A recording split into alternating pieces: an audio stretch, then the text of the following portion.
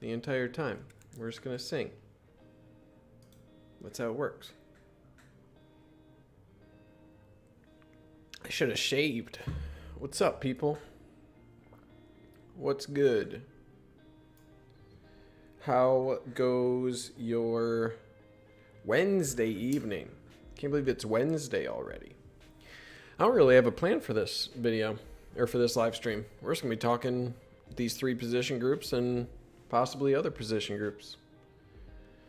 So let's get into it. We got another minute or so. We'll let people flock in, hopefully. But yeah, this video is doing pretty well. I like going through this because I have to work it out in my head. I have to think about a lot of different things. Got to think about, should I rank on high floor, high ceiling, depth.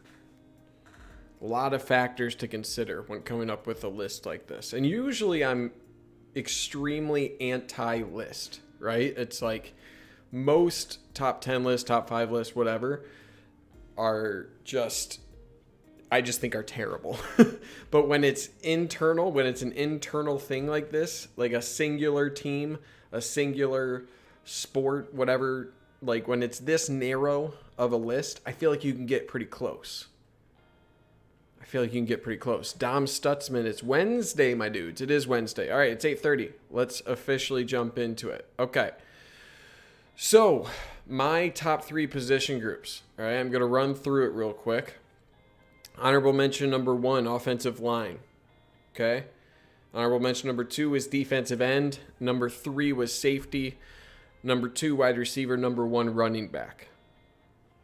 Okay, I'll talk briefly about offensive line and defensive end. If you watched the video, I'll put the link here in the comments.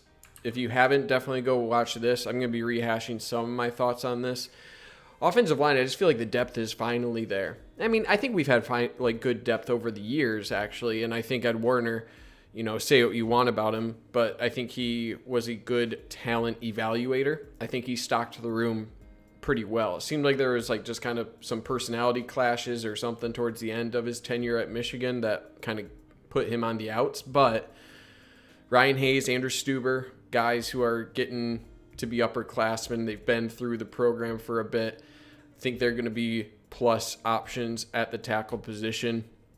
Really like Zach Zinter. I think he's going to be the probably the best offensive lineman overall. Whether that's a center or a guard is up for debate. But really like Zach Zinter. And then you have Trevor Keegan, Nolan Rumler, a couple guys who will probably fill in at the guard position. The main question, will Andrew Vistardis, the sixth year senior, will he be the guy at center or will it be Zach Zinter? If you go Vistardis, that's a guy who's been there before. He's played that position, veteran. It's just going to be mental. Does Zach Zinter have the mental fortitude to hack it at center position? Because you have to be able to adjust on the fly to blitz pickups. You're essentially telling the offensive line what to do. You're orchestrating everything on the offensive line. So I think Zach Zinter is a higher upside than Vistardis, but Vistardis has experience at center position, extensive experience at that. So, but yeah, I think you have a really solid starting group there, and then you add guys like Carson Barnhart, who's rising through the ranks, Chuck Filiaga. There's other guys. I think Jeff Percy's another name that I would expect to start breaking through here. So I don't know. You're just really building a stable of really solid looking guys, right? And that's where you want to be. It's not like you have 5 and then a drop off. You have 7, possibly 8 guys that you can depend on, and then a couple young up and comers that you don't want to depend on, but guys that could possibly step up if, God forbid, injuries come through. So honorable mention number 2, Aiden Hutchinson, right? And that's essentially why defensive end is my honorable mention number 2. That's because Hutchinson's an All-American type of guy. You have Taylor Upshaw as well, who I think, and I mentioned this in the video as well, I think a 3-4 defensive end fits him way better than a 4-3 defensive end did. It feels like he was kind of built for 3-4 defensive end. Let me look at his size, actually. Taylor Upshaw, Michigan.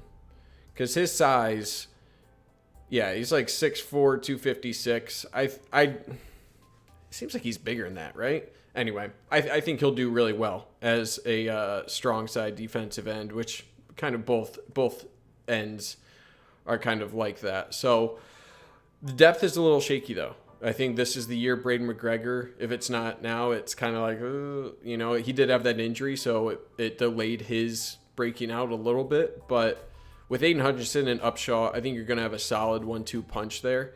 For defensive ends to truly stand out, you need the interior guy to really put in the work. And I think Michigan finally has some depth at the inside defensive line positions as well. Bro, you are the GOAT. Appreciate that. Oh, the official Big Ten commissioner with kind words. Thank you. If it is true starting offensive line group was split during practices last year for COVID, hopefully this year it can mesh much better. Yeah, you consider, and a lot of those guys were not experienced together. Okay, and if there's one position that you need coordination, you could argue defense as a whole. But if an offensive line isn't on the same page, if they don't have extensive experience practicing together, good luck. We're gonna hop into clips here in a bit, Andrew Decker. I was going through the honorable mentions here, but yeah, offensive line, you need to gel as a unit. You need to absolutely be repping together, because if you don't, again, those blitz pickups, figuring out kind of just the speed in which you need to play with the guy to the left and right of you, that's everything of offensive line when it comes to every single play. So without having those reps, it's a good point, Stutzman.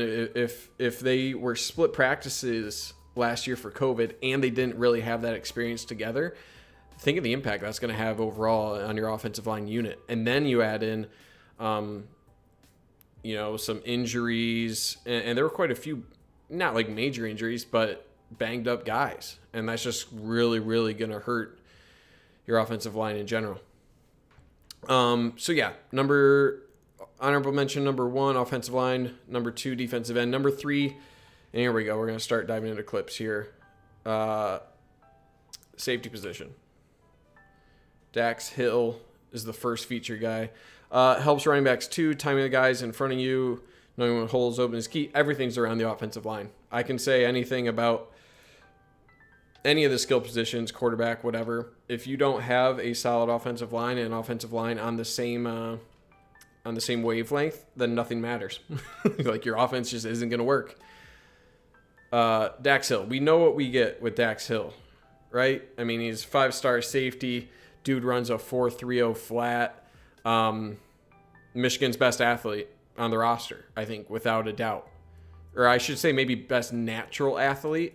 He's a guy who I am frankly shocked is on Michigan's roster, both when he committed and still here. I'm not complaining, right? But he is an NFL first, second rounder on his talent alone, right? This one, he does a really good job breaking up the pass on a crossing route. Actually, I remember thinking this at the time.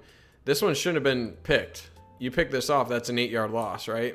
Because Ambry Thomas here picks this off instead of first down on the 36, is first down on the 36-yard loss.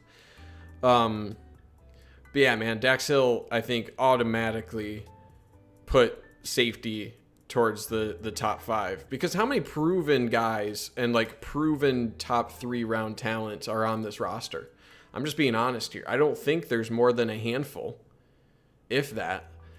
And Dax Hill's at the top of that list, right? I think he is.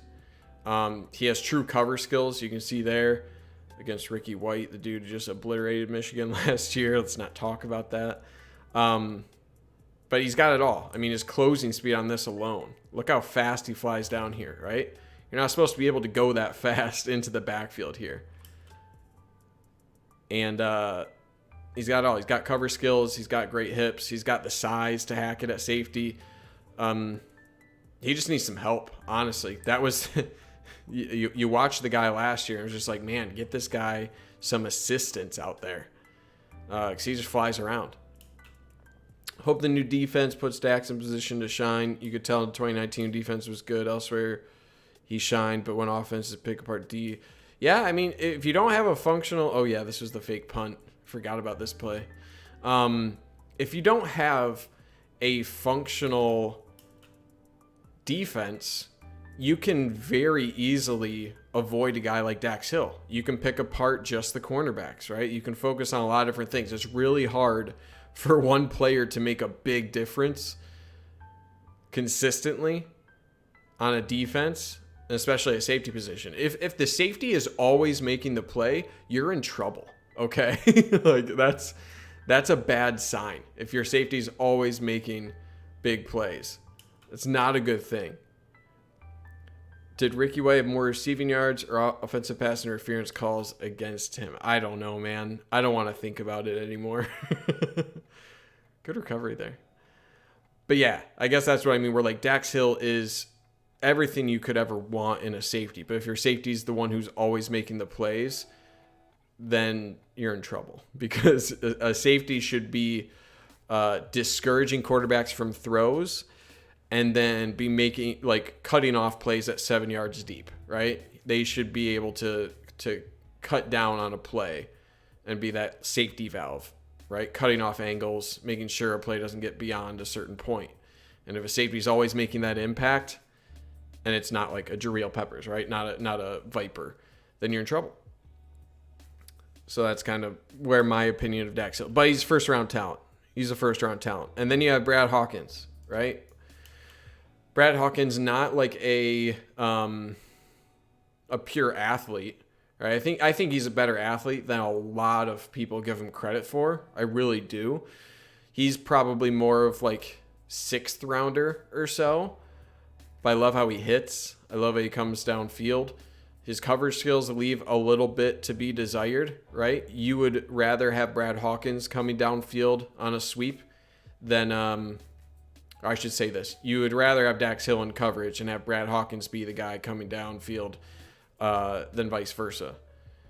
But he's a veteran presence, right? Brad Hawkins has been around. He's been a starter for, 3 years now? That's huge. Having a guy like that, that's a big deal. And a safety is someone, if you're looking for experience, I would argue middle linebacker is one of the most important positions. Second most important position would be safety. Having an experienced veteran captain level safety is huge. It's huge. All you need to do is not make mistakes as a safety and you're doing okay, right? You don't need to be the best athlete out there. If you're in the right positions, if you're following your keys, if you're not making mistakes, more often than not, a safety is going to be doing his job. Does usually release a depth chart before the season? No, not really. You just kind of have to extract information from the different media interviews, like the coaches that are made available. It's kind of in the dark. You can speculate on a lot of things and read between the lines, but man, I love how Brad Hawkins hits. He's a good player, man. Again, I think he gets a bad rap from a lot of fans. I don't know. I think Michigan safeties, other than Dax Hill, have always, like, even Josh Metellus, I think was a really good player that got picked on a ton by Michigan fans because he had a couple bad plays. But I think Brad Hawkins. When was Josh Metellus drafted? Hold on, let me pause this. Josh Metellus drafted. I think it was like 5th round or so, right? I need to look this up. Josh Metellus, round 6. Yeah, I think that's like the same exact thing you're looking at for Brad Hawkins here. I think he's like a 6th round draft pick.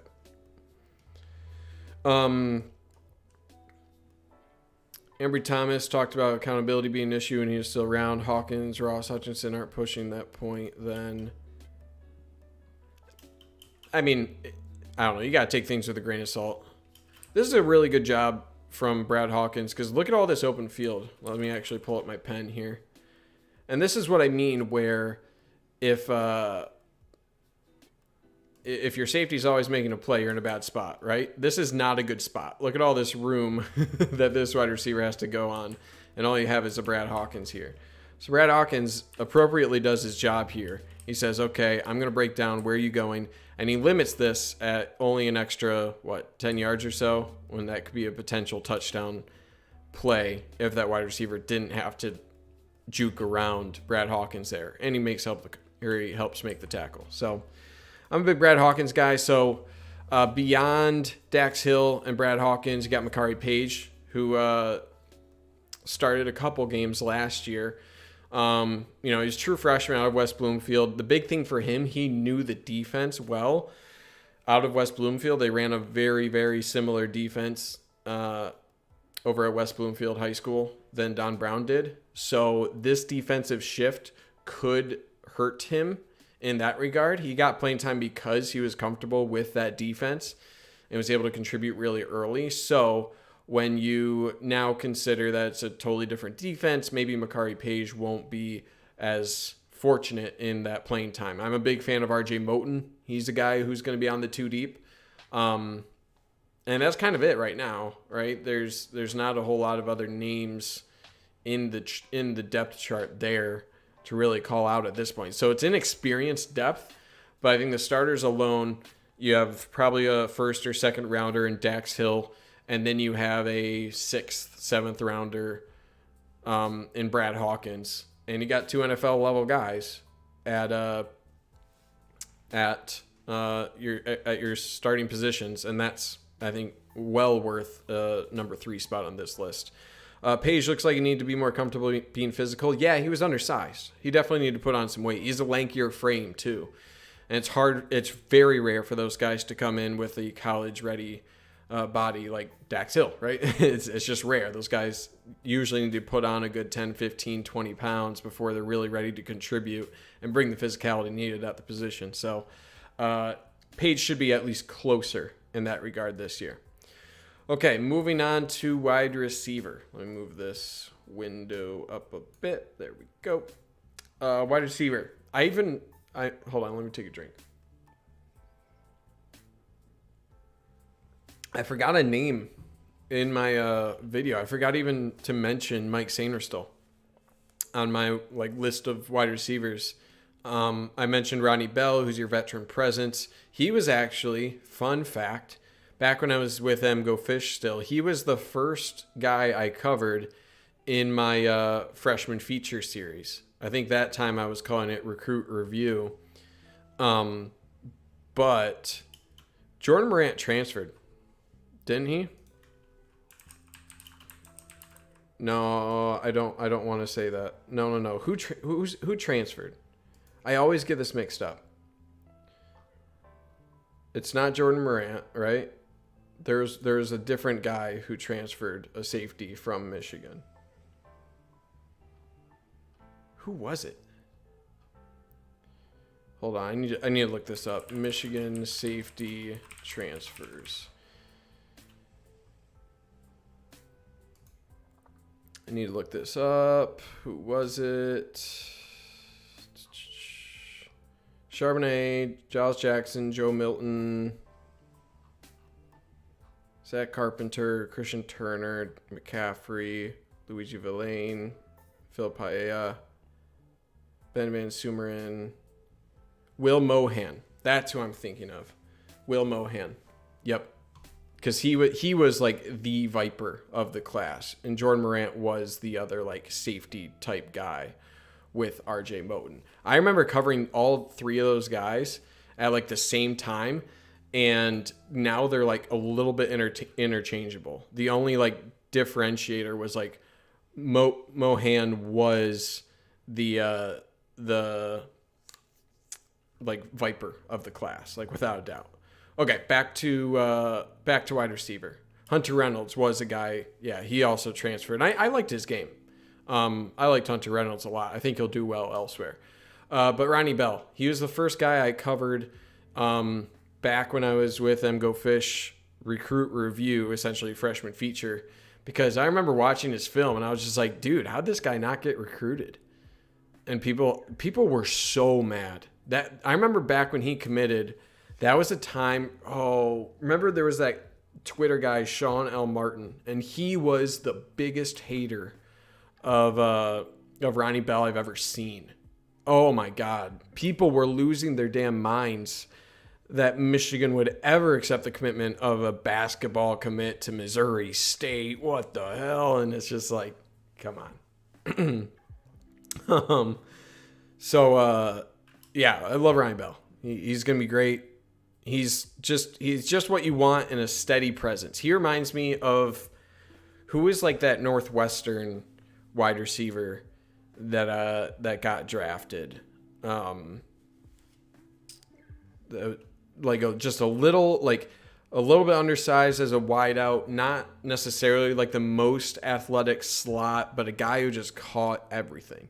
He's like if Drew Dillio absolutely blew up. But he reminds me of that Northwestern wide receiver drafted. It was like probably 4 years ago. Let me see. Give me a second. Let me go back. It's got to be 2016, 2017. Oh, who is it? It wasn't Jeremy Ebert. Am I thinking of a different guy? There had to be a wide receiver drafted. No, it's from Northwestern. Justin Jackson. Was that? No. He was a running back though. He wasn't really a wide receiver. I'll think of it. But yeah, man. Ronnie Bell, you know what you get out of him. And he's crafty. He's like surprisingly great after the catch. He's just dependable. He knows how to pick up yards, and he's dependable. Okay, and then you got Cornelius Johnson, a guy who I think if last year didn't go terribly, right, you had a serviceable offense, he's a guy I feel like just isn't getting talked about enough, right? Because he was a top 100 recruit. I feel like no one's talked about Cornelius Johnson. Am I crazy? Like, I feel like just nobody's talked about this guy. Because he, out of high school, I mean, he's a 6'2 guy who runs like a 4'5 or so. Like, he had speed. Let me look up his recruiting ranking out of high school. Yeah, he was like 6'3", 200 pounds, top 200 guy. All right, so he's a high 4-star. But, man, he had a great profile coming out of high school. He was like out of Connecticut, so you get kind of the Tariq Black vibes, except he's faster. He's like lankier. Closer to like a DPJ than a Tariq Black. But, I mean, he had Notre Dame, Penn State, Bama. He's a legit threat. So I think you're crazy if you count out Cornelius Johnson. You have Mike Sainristil. I don't even think I have highlights on him because I just totally blanked on him when I was putting together this video. So there's your like starting three, right? And then you have a guy, Dalen Baldwin, who he's going to be a force. Actually, I do have Mike Sainristil clips. Yeah, this was like the first. Remember this game against Notre Dame? Like the first real breakout play for Sainristil. Oh, that was hype as hell. There, nice little pick play. So you got Mike Sainristil. You got a lot of guys in this group. So like I really considered putting wide receiver at number 1 because you just have a lot of bodies. And I remember actually if I go to I'll look at the comments on the article later. The article on Maize and Brew has some comments from people who don't necessarily disagree, but they're like, calm down a little bit. When you have this many bodies, right? You have Cornelius Johnson, you have Ronnie Bell. Ronnie Bell's established. I would consider Sainristil established. Cornelius Johnson, I think, still can break out. I think we still need to see his ceiling a little bit more. And then you add in guys like Roman Wilson, right? The Hawaiian speedster. Ooh, that's a great mention, Stutzman. Sainristil highlight against Notre Dame reminds me of the Gallon one. I do remember that. With the hell of a block from Chesson. I remember that. Like a young Chesson, right? Oh my God. Brings me back. I think I was at that game. Deep touchdown from Milton to Johnson against Indiana was so beautiful. Yeah. And that's the potential Cornelius Johnson has, man. And they got Roman Wilson, right? Fast. Really, really fast player. I just like his game. a little crafty. He reminds me of just like a little bit of a faster Ronnie Bell, just in his like hesitancies, pretty patient. I think he's crafty after the catch. But he showed a lot of things, and I thought he was a little bit undersized coming into his freshman year, and he still contributed. And he looked comfortable out there. So I if I'm choosing between Roman Wilson and AJ Henning to blow up, I would probably choose Roman Wilson just because of his speed. But I mean, hey man, AJ Henning is no slouch on his front either, right? AJ Henning has legit speed as well. AJ Henning is more of like the Eddie McDoom, but he made some tough catches last year too, right? He did. And that's encouraging, right? We never really saw that with an Eddie McDoom type. Like Eddie McDoom never was a guy who made this catch, right? Like that's a tough grab. So I'm still high on AJ Henning. Think he can break out. Oops, sorry about this. Let me scale to frame size. There we go.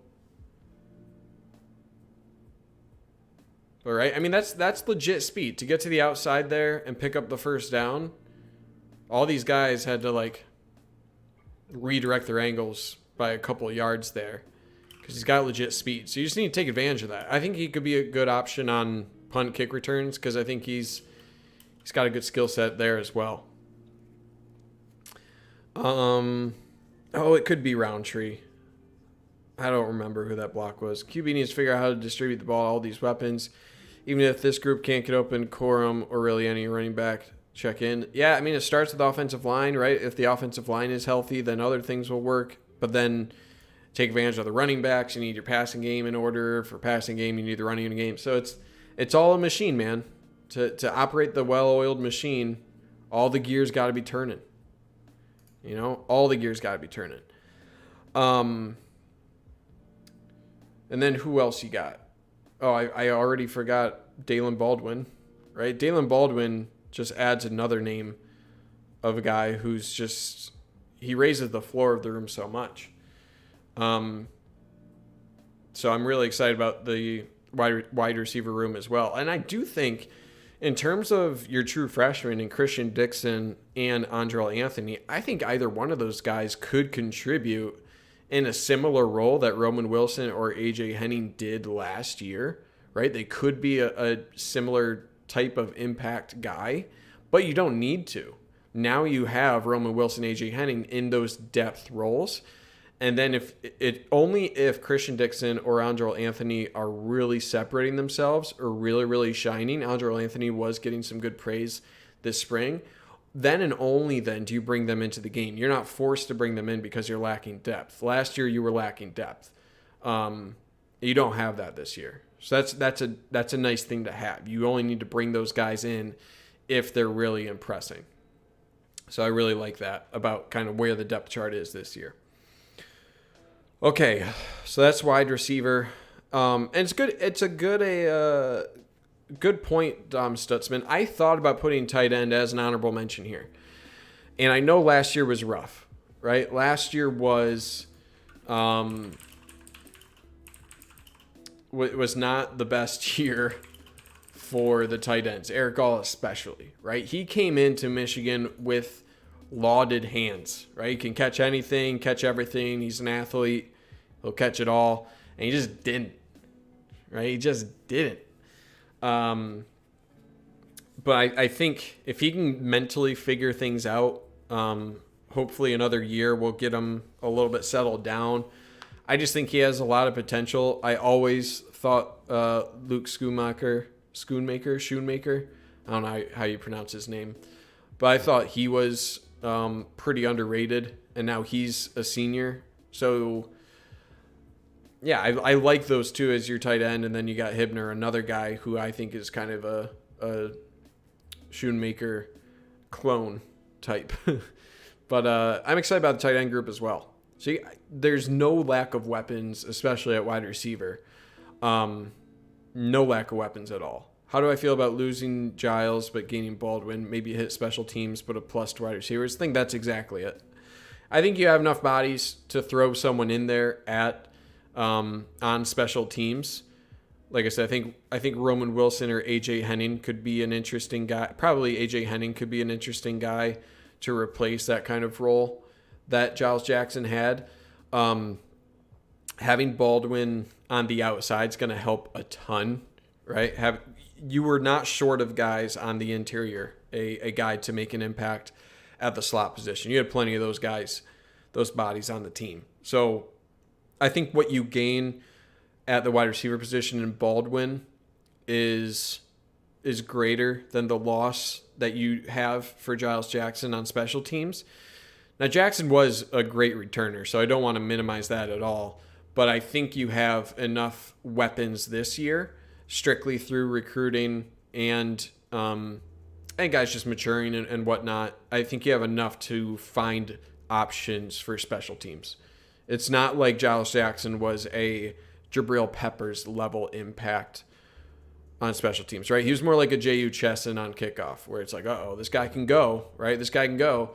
And not everyone can go, but I think you have guys who can fill that role. So it hurts. I think Jackson, I didn't want to see him go. I really liked his game. But you have enough guys to kind of fill that hole where there just weren't Baldwin-sized bodies before. And now you have a Baldwin-sized body on the outside at wide receiver to go with Cornelius Johnson.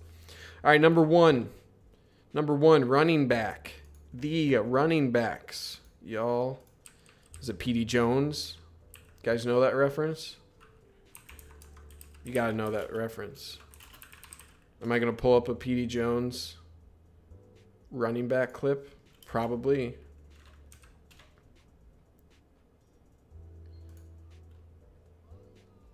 I got to skip to the actual section here. P.D. Jones. I don't know why I'm showing this. I just love this clip so much. Hold on, let's pause music. Pause the music. Am I going to get, like, DMCA'd for this? Put your hand down. You smiling? Yes, sir. Yes, sir. Why are you smiling? Because I love football. Football's fun. All right, I'm going to get in trouble if I show that whole thing, I feel like. But P.D. Jones. Oh, what a great movie. Okay. Hassan Haskins. Underrated guy. Okay? So another thing I understand. Let me get this out of the way. I understand Blake Corum hype. I don't think there's a guy I was more optimistic on for the 2020 class. You go back and watch all my videos that I did following that class, all the freshman feature, whatever episodes. Blake Corum was a guy where I was like, I don't understand how this guy isn't a top 5 running back in that class. Okay? You look at Blake Corum and his recruiting rankings. I'm looking that up now. And he was 129, okay? Number 12 running back in the class. I didn't see that. He was number 19 according to 24/7 Sports. And you look at Blake Corum's... Actually, let's just put on Blake Corum if I'm going to talk about him first. You look at everything that spoke about Blake Corum, and the only thing was like, I'm not sure if he's durable enough, or like he's a little bit undersized. And that was all the negatives. He had everything else that you could possibly want in a running back. He's just a little bit smaller. And he played for St. Francis Academy in Maryland, one of the best programs in the state, and a powerhouse program in the country. And he proved that, he had excellent numbers out of there, and his film was phenomenal. So he has plus vision, really, really strong, put in a ton of work in the weight room, it looks like. When I do a video of breakout players this year, you need to put Blake Corum on that list. But the only way he doesn't is if Hassan Haskins continues what he is, right? And I said that, like, he's underrated. He is underrated. I mean, he's a converted linebacker, right? He is possibly the gem from the 2018 class now, right? I mean, he was ranked around 600, 700, I think even lower than that. And he's carved out just a huge role for himself at the running back position. I would say maybe vision isn't as high as like a true elite running back. He doesn't have the long speed either. This play, I remember this play. I was like, oh my God, your groin getting killed there. But I mean, he's got a lot of things going for him. He's just a dependable runner, keeps the ball. I mean, he was able to hold on to the ball throughout 2019 when Michigan was just fumbling left and right. He has a really good stiff arm. He just has a good feel for the position, and he always falls forward, right? He's a big-bodied running back. He's going to churn out the extra yards that you need. Dom Stutzman, Hassan, Ronnie fit the same mentality. You know they're going to give 110% every play. There's dependable guys, right? That's the thing you get out of Hassan Haskins. He's just a dependable dude. Like, that's it. You just know what you're going to get with him. And there's like no question about it. And that's what I really like. It's just like, yeah, this is Hassan Haskins. And, you know, he may not be... What is going on with Premiere right now? My Premiere just froze, so I can't show you more highlights. But Hassan Haskins is very similar to Ronnie Bell, where it's like, I don't know if this guy's going to get drafted, right? His collegiate production alone should get him a spot on a roster, but he doesn't really have, like, the measurables of a true elite athlete, but he just finds yards, right? He churns out the tough yards. He knows he has like a couple standout things. Like, I think he does really well with his cuts. I really like his stiff arm. I just think he maximizes the potential of most plays, right? He'll miss a cut here and there. I'm not like totally bent out of shape about that. But he's just dependable. And having a dependable running back is a great thing. And then you have depth in Donovan Edwards, right? I'm sorry, my Premiere is just like really crapping out on me. Let's see if this works. Okay, and then you have Donovan Edwards, right? An actual 5-star running back as your third stringer. And when this is your third stringer that you can bring in as a spot snap guy or use as, like, I think you need to use him as an offensive weapon. I think it would be really, really smart to put him in situations where their plays almost strictly for him. Remember how Michigan used Jabril Peppers on offense almost as like a decoy? I think you can do that with Donovan Edwards. When you put him in, defense would be like, oh, we haven't seen this guy a whole lot. What does this look? And get him involved in that regard, right? And just because I really like his ability as a receiving running back more so than Haskins or Corum, I think that's really where he shines. He might be a good enough guy right away to put in at special teams. Yeah, I mean, he's your third stringer, and he's collegiate ready already. He really is. So for this to be your third guy on the depth chart, you're doing extremely well. And I think that's why it's number one on the list. Sure, there's a lot of potential here, right? I was still a really big fan of both Christian Turner and Zach Charbonnet. I think Charbonnet will do great things at UCLA. I think this is a situation, and it's not a situation that comes up often, but Michigan had an extremely crowded running back room, and Donovan Edwards is a part of that. Just aren't enough carries to go around with that much talent in the room. I think even Christian Turner could have turned himself into a really good running back at Michigan if a guy like Hassan Haskins didn't exist. I think he could, 100%. I just think Hassan Haskins established himself a little bit too well for a guy like Turner to really break out. So that's my top three. Sorry, I ignored chat for a bit. Don't put Hassan at QB, please. Breakout big player. I think he's already broken out. I don't think there's too much more of a ceiling for Hassan Haskins to get to. I could be wrong, but I just don't think it's there. And that's fine. He's great already. I don't think he has too much more to prove. Haskins, that is. The way Michigan quarterbacks have been playing the last few years, he might be even better. Oh, you're making a joke there. Haha, Michigan's quarterbacks suck. You're funny. Let me put on the music again. Okay. Do we give each running back time, plays to get momentum, though? Do you think we'll go away from the current constant rotation? Kills me to see running backs taken out right after big plays. So this is the interesting thing about Mike Hart. Mike Hart has produced, multiple 1,000-yard running backs at each of his stops, whether it be at Eastern, Indiana, wherever he goes, he usually rides out a single running back, okay? And that's going to be interesting because I'm conflicted about that. I like that. I like the idea of having your workhorse, your guy who you give the ball on 75, 80% of your snaps, have a guy kind of as a change of pace guy.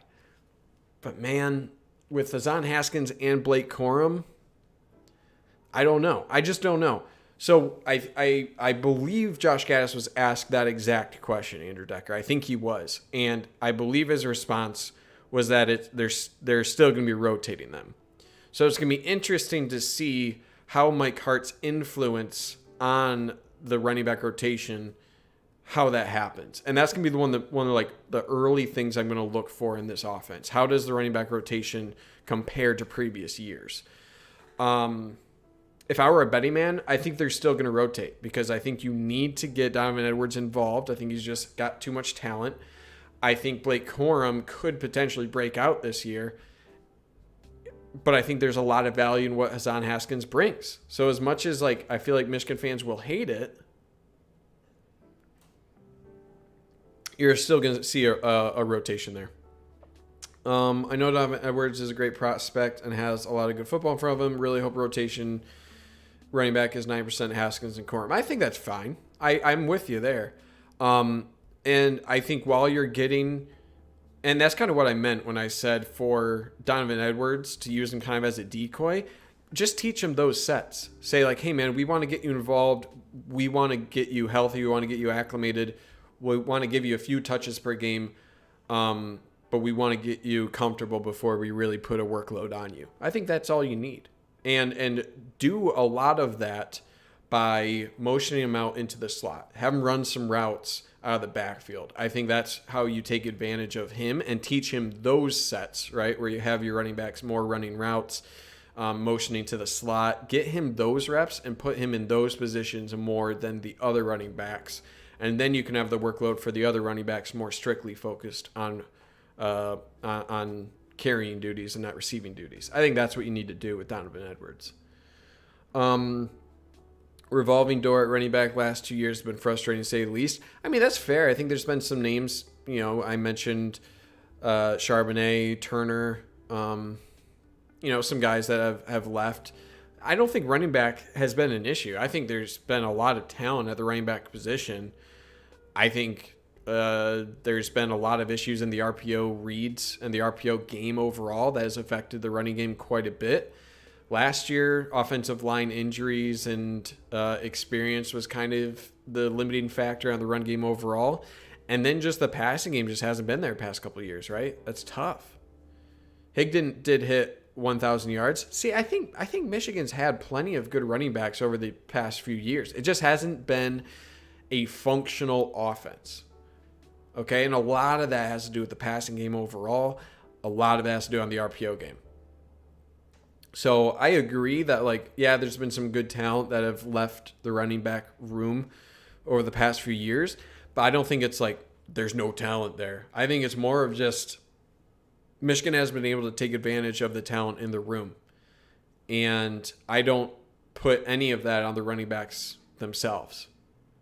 I think running back room has been one of the more consistent producers of talent, or I should say one of the more untapped potential areas of the team in the past few years. And that's even with Higdon hitting 1K. It just hasn't been an offense that's been able to find its flow, that's been able to really be that functional, right? It seems like they just hit 3 and outs or 1 first down and out, and that's it. They get behind the chains. A lot of that has to do with the passing game. And your running back or your running game is never going to be what you want it to be if the passing game isn't there. That's just the reality of it. Okay, some comments here. Okay. Kerpit has some good comments here. I think you're probably right. Running back, wide receiver, strong position groups. Also putting a ton of faith in the recruiting rankings of these guys. Basically, still crossing our fingers. Players like Johnson, Corum, Wilson, Henning, Edwards can really be impact players because while Bell and Haskins are returning starters and leaders of their position, they're not elite talents. Just isn't position group on the team looks set and locked in to be really good. I think that's fair. I do think wide receiver has the most proven talent with Ronnie Bell, Shane Ristel. I mean, I guess that's it, right? Dalen Baldwin, I think, is a proven talent at this point. Cornelius Johnson, I think, is proven. I don't know. I think there's a lot of proven guys with just ceilings that have yet to be figured out at wide receiver. Running back, I think, kind of the same with Corum. Edwards, I'd agree with this. And I do agree at a certain point, Wilson and Henning, about what he said. So I kind of responded with that. Mike Hart will figure it out. Don Brown leaving a good thing or bad thing. Oh man, we could have a whole. Look, I'm gonna end this soon, but I could have a whole live stream about Don Brown. Man, Don Brown had to go because of recruiting. There were just too many holes on the depth chart, especially at cornerback and interior defensive line. Just wasn't getting the job done. Just weren't enough bodies. And I think just philosophically what he wanted to do at the defensive line position was just take guys who would grow into the defensive line position, and it was very risky. It's fine doing that for one or two guys, but your staple should be guys who are for sure going to be at that position. And I think that was his death knell, right?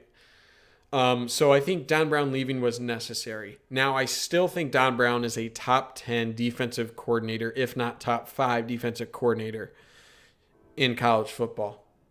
I mean, even with last year, he was still fielding a top 10, top 15 defensive unit every single year at Michigan. He was. You look at all the statistics, even the advanced statistics. The issue was talent deficit at a few key positions, right? And I think it all goes back to defensive line. If your defensive line, especially interior, is not stout and you don't have the depth there, you're going to have a really hard time. And I think Michigan had a really hard time because of that. So I think Don Brown was kind of made to be the fall guy because there were a lot of offensive issues over the past couple of years. This is like do or die time for Josh Gaddis because it's also do or die time for Harbaugh, I think.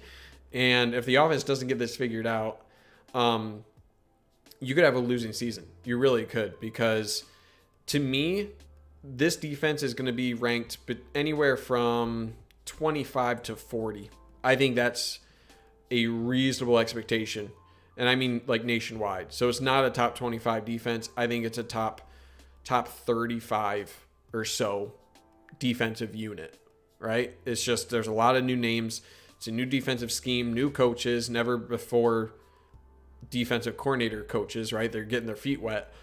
Just too many question marks on defense for me to think it's going to be a top 25 unit, but they're filling the gaps well. They're going to the portal at the right positions, bringing in Jordan Whitley on the interior, getting a lot of talent at cornerback, which was needed. I love Don Brown, and I think Don Brown will do well at Arizona, and I think he's going to be an excellent coordinator there. And I think he is an excellent coordinator, but I don't think Michigan was set up well at a few positions on defense in terms of talent to compete at the highest level in the Big Ten. And that's ultimately what did him in. But I don't think he was as bad as people made it seem, because the offense had a lot of influence on how last year went as well. So yeah, that's kind of my feelings on Don Brown. Great guy. Just didn't get it done on a few big games, and was made to be a fall guy, but he does hold some responsibility, more so in recruiting than his coaching ability. I think that's where I'm at with Don Brown. Okay, guys, that's it. that's it. I'm going to work tonight on thinking of the bottom 3 position groups for 2021. So let me know on Twitter at Steven Toski. You can find me at Twitter. Let me pull up my Twitter and tweet at me what you think your position groups are. All right. You can find me here. So tweet at me. Let me know your thoughts. Look at my dog. Isn't that a cute dog? And let me know your guys' thoughts. And I'll be bringing that to you next week. We'll probably have a similar live stream. And then also, there's going to be some... Actually, you know what? I'm going to wait till next live stream to announce some updates to the channel. But there's some exciting stuff coming through. So I got to put together kind of a plan for that. And yeah, if you guys can throw a like on this video, I would appreciate that. If you can subscribe, if you made it this far, subscription so that you get notified of my videos and live streams when they come up. That'd be appreciated. But beyond that, guys, appreciate you guys coming to hang out. And we'll talk next week. I'll have the bottom 3 video probably by Monday. We'll see. We'll go from there. But hey, guys, hope you guys have a great rest of your Wednesday evening. And we'll be back soon. All right, take care. Go Blue.